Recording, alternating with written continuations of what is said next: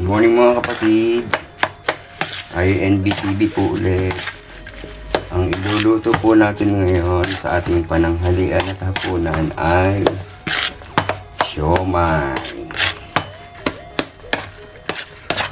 So dito, pinagiling ko na po sa palengke kanina. Ang halo po nito ay giniling na baboy, carrots, bawang, sibuyas, at saka onion string. Ayan. Dahon ng sibuyas ang ilagay natin.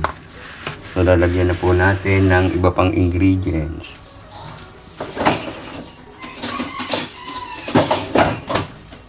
Una po ay itlog. Depende po sa gusto nyong itlog. Meron pong, kasi po itong itlog medium lang po, kaya ang ilalagay ko po dalawa. Ang dalawang itlog po. Tapos po, lalagyan po natin ng toyo. Isang kutsaritan toyo. Lagyan po natin ng konting pamintang durog.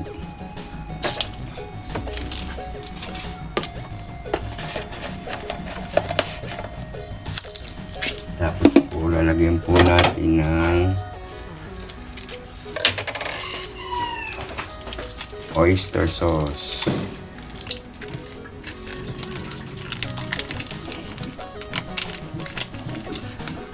Po natin ng konting mantika.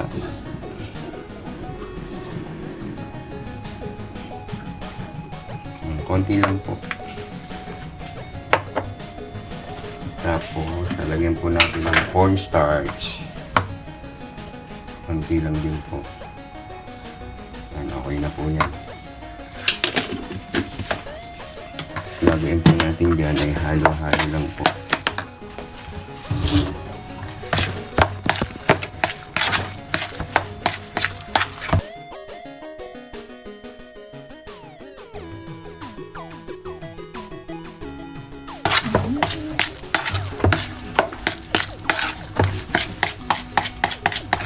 Hindi ko na po nilagyan ng asin kasi po may toyo at saka oyster sauce na po. Lahat ng ingredients yan. Yung iba po nilalagyan po nila ng hipon.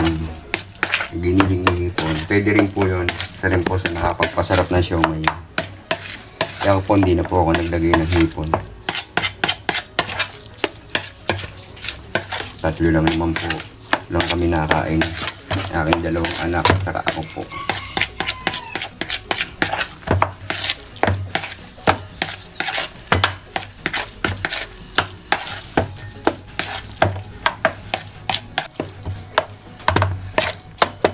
So ayan po.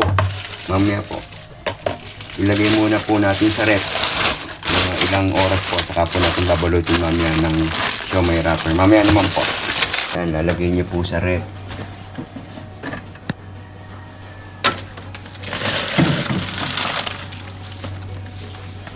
Ayan. Good morning ulit mga kapatid. INBTV po ulit. So, ayan na po. Na-marinate na po natin. Ayan. Ngayon po, ibibilod na po natin. Gagamit po tayo ng siomai wrapper. Tanggalin po muna natin yung plastic.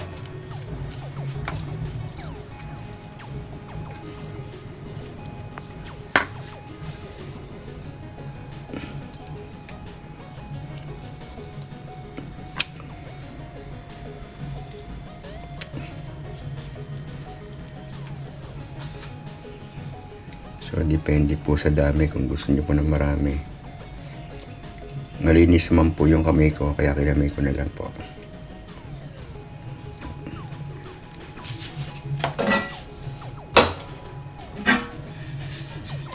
Paglalagay natin para diretso na po.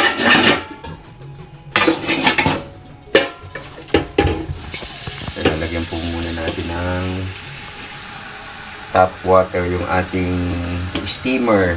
So, kailangan nyo po pagluluto ng siomai, kailangan nyo po ng steamer.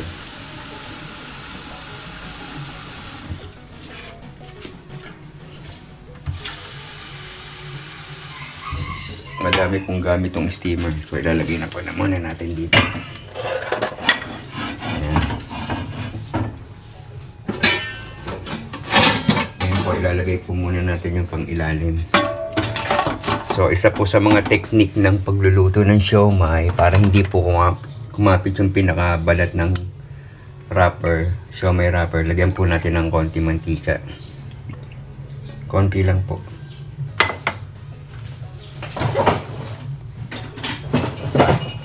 Tapos kakalat po natin.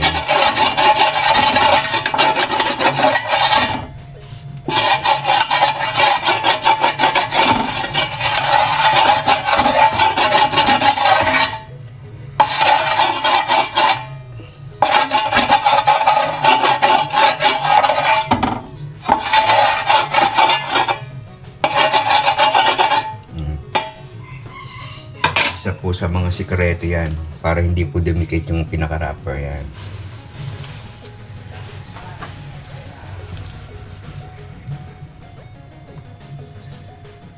So, depende po sa dami ng gusto nyong ilagay. Kami po, pambahay lang naman po to. Kaya, pasensya na po kayo at ako'y hindi magaling magbalot ng siomai yan. Ayan.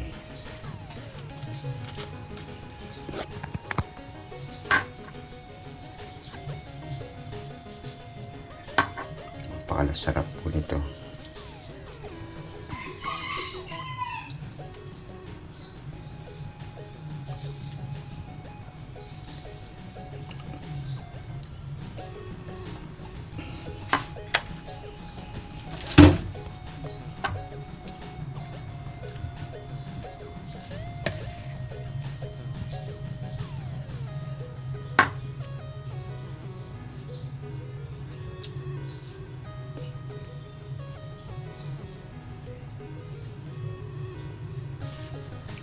So maya maya po papakita ko sa inyo kung paano pag ano yan. So maya maya po ulit.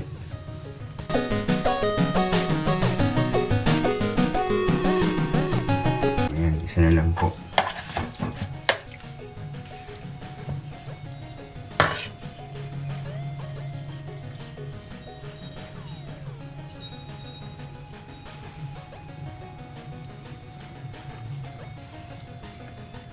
So ayun na po. Tapos po, yung isa naman po.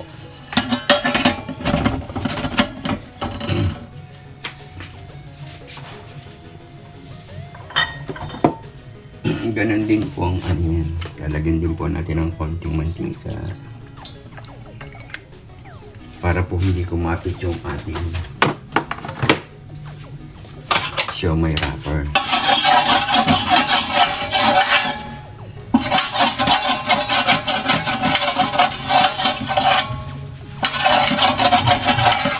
Iba po kasi may nabibili talagang ano na lalagyan ng siomai.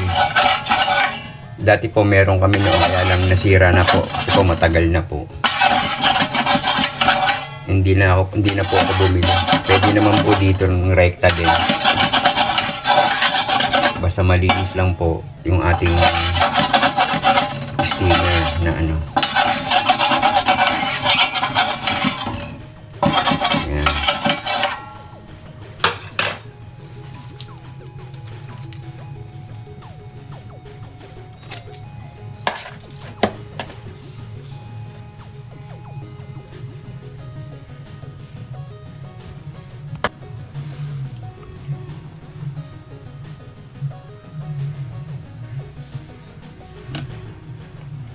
So, ganun din po ulit. Kaya, hintayin po natin ang ulit mapuno.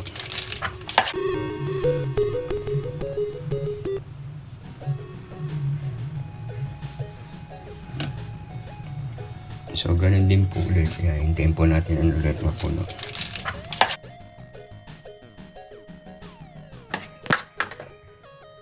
Ito po, isa na lang po.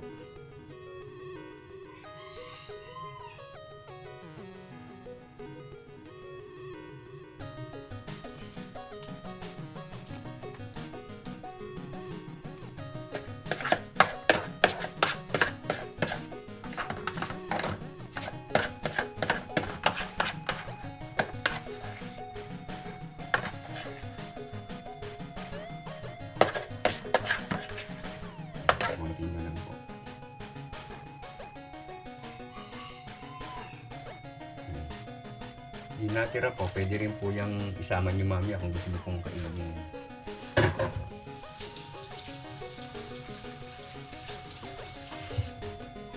Kaya yun po, iluluto na po natin. I-steam na po natin yung ating siomai.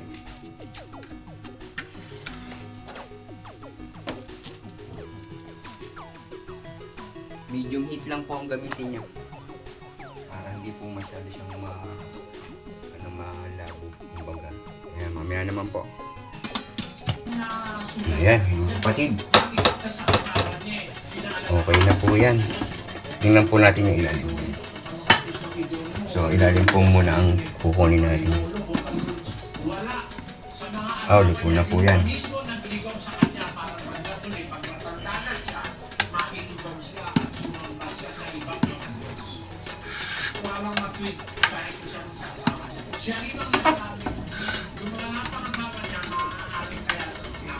So, ayan po. Finished product po natin ng siomai.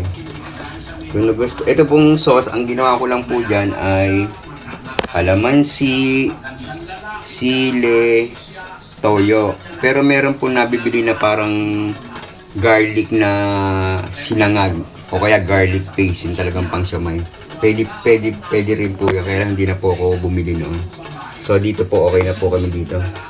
So ayan na po, kung nagustuhan niyo po ang aking niluto ngayon na siomai, paki-like po, paki-share, paki-subscribe po. Salamat po sa Diyos.